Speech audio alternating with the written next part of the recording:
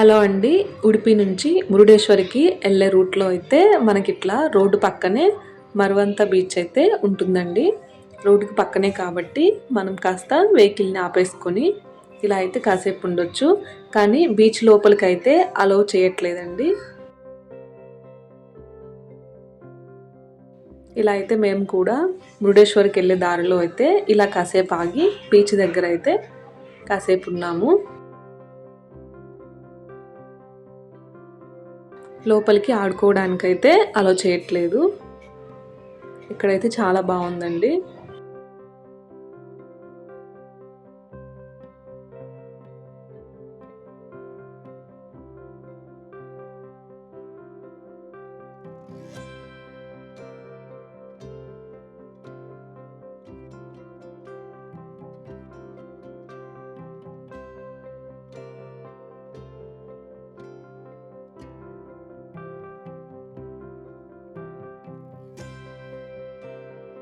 Beach దగ్గర నుంచి అయితే మేము మురుడేశ్వర్కి అయితే స్టార్ట్ అయిపోయాము. మేమైతే మురుడేశ్వర్కి దగ్గరగా వచ్చేసామండి. ఇక్కడ లోపలికి ఎంటర్ అయిపోయాక ఇక్కడికైతే వచ్చేసాము. చూసారు కదా, మనకు పెద్ద గోపురం అలాగే శివుడు కనిపిస్తున్నారు. పక్కనే బీచ్ అనేది ఉంటుంది. చాలా బాగుంటుందండి. టెంపుల్కి చుట్టూ కూడా మనకు వాటర్ అనేది ఉంటుంది. మేము రాగానే దర్శనానికి అయితే వెళ్ళలేదు.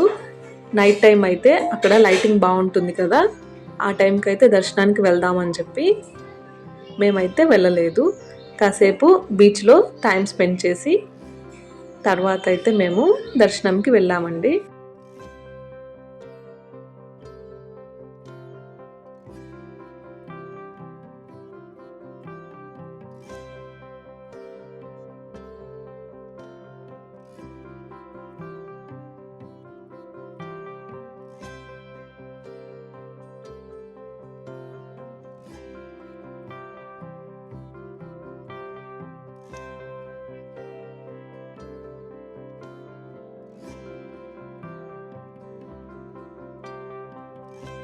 బీచ్కి పక్కనే టెంపుల్కి చుట్టూ కూడా చాలా హోమ్ స్టేస్ ఉంటాయండి. మనకి కాసేపటికి ఫ్రెష్ అప్ అవ్వడానికి కూడా మనకి రూమ్స్ అనేవి ఇస్తారు. ఇలా అయితే మేము కూడా వచ్చేసి ఫ్రెష్ అయిపోయి ఇప్పుడైతే టెంపుల్ దగ్గరికి వెళ్తున్నాము.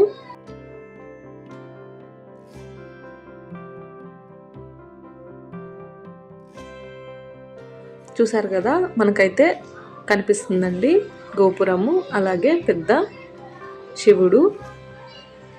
ఇలాంటి మనకు నైట్ అవ్వగానే గోపురం అంతా కూడా ఇలా ఫుల్ లైటింగ్ అయితే ఉంటుంది. 10 మినిట్స్కి ఒకసారి ఇక్కడ లైటింగ్ అయితే చేంజ్ అవుతుంది. చాలా మంచి మంచి కలర్స్ తోటి అయితే గోపురాన్ని ఈ విధంగా అయితే రెడీ చేశారండి. గోపురంకి ఏ కలర్ అయితే ఉంటుందో ఆ చుట్టుపక్కల మనకి ప్లేస్ అంతా కూడా అదే కలర్లో ఉండడం వల్ల ఆ చుట్టుపక్కలంతా కూడా చాలా బాగుంటుందండి. 10 మినిట్స్కి ఒకసారి. చూసారు కదా, ఈ విధంగా అయితే మనకి కలర్స్ అయితే చేంజ్ అవుతూ ఉంటుంది. మేము లాస్ట్ ఇయర్ మురుడేశ్వర్ వచ్చినప్పుడు అయితే గోపురం మొత్తం కూడా కర్రలన్నీ అడ్డు పెట్టేసి కొంచెం రిపేర్ అయితే చేస్తున్నారండి. అది అయిపోయాక ఇప్పుడైతే మంచి లైటింగ్స్తో అయితే డెకరేట్ చేసేసారు. నెక్స్ట్ ఇక్కడైతే మేము దర్శనానికి చాలా క్యూ ఉందని చెప్పైతే అంతలోపు పైన ఉన్న శివుడి దగ్గరికి అయితే వెళ్తున్నాము. ఇలా అయితే సైడ్ నుంచి మనకి పైకి ఎక్కడానికైతే ఉంటుందండి. చూసారు కదా, ఈ విధంగా అయితే మనం స్టెప్స్ అన్నీ ఈ విధంగా పైకి ఎక్కాలి. మనకి ఇక్కడ నుంచి గోపురం చాలా మంచిగా కనిపిస్తుందండి.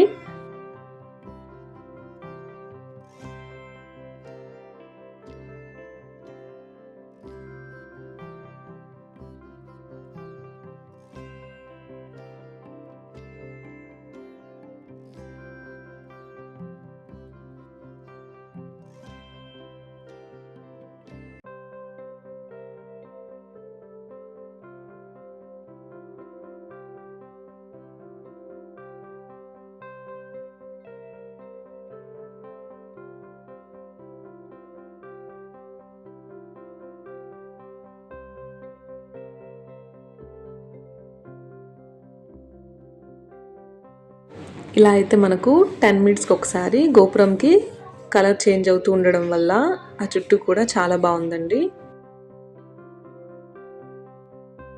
మన ఇండియన్ ఫ్లాగ్ కలర్స్ కూడా ఒక కలర్ అయితే ఉంటుంది.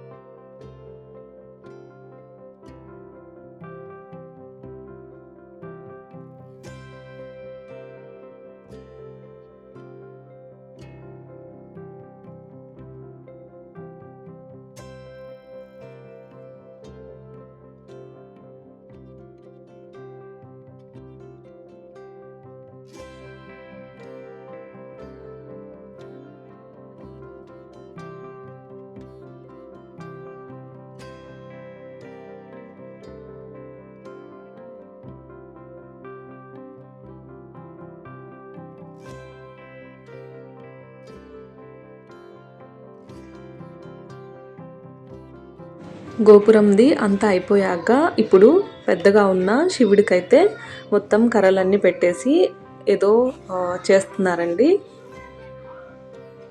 నెక్స్ట్ ఇక్కడైతే మేము అది అయిపోయాక దర్శనానికి అయితే వచ్చేసాము. చూసారు కదా, టెంపుల్కి పక్కనే బీచ్ అయితే ఉంది. ఇలా అయితే మేము లోపలికి వెళ్ళి దర్శనం చేసేసుకొని వచ్చేసాము. ఇలా అయితే మనకు ఫ్లాగ్ కలర్స్ కూడా ఉంటుందండి టెంపుల్కి. నెక్స్ట్ ఇక్కడ మేమైతే నైట్ స్టే చేసేసి ఎర్లీ మార్నింగ్ అయితే మేము బయలుదేరడానికైతే రెడీ అయిపోయాము. మేము బీచ్కి పక్కనే రూమ్ అనేది తీసుకున్నామండి. సో చాలా బాగుంది. ఎవరైనా గోకర్ణ మురుడేశ్వర్ ట్రిప్ కనుక ప్లాన్ చేయాలనుకుంటే రెయినీ సీజన్లో మాత్రం వెళ్ళొద్దు. మీరు కంప్లీట్ రెయినీ సీజన్ అయిపోయాక మాత్రమే వెళ్ళండి, చాలా బాగుంటుంది. లేదంటే మనకు ఎట్లాంటి బీచెస్ కూడా అలౌ చేయరు.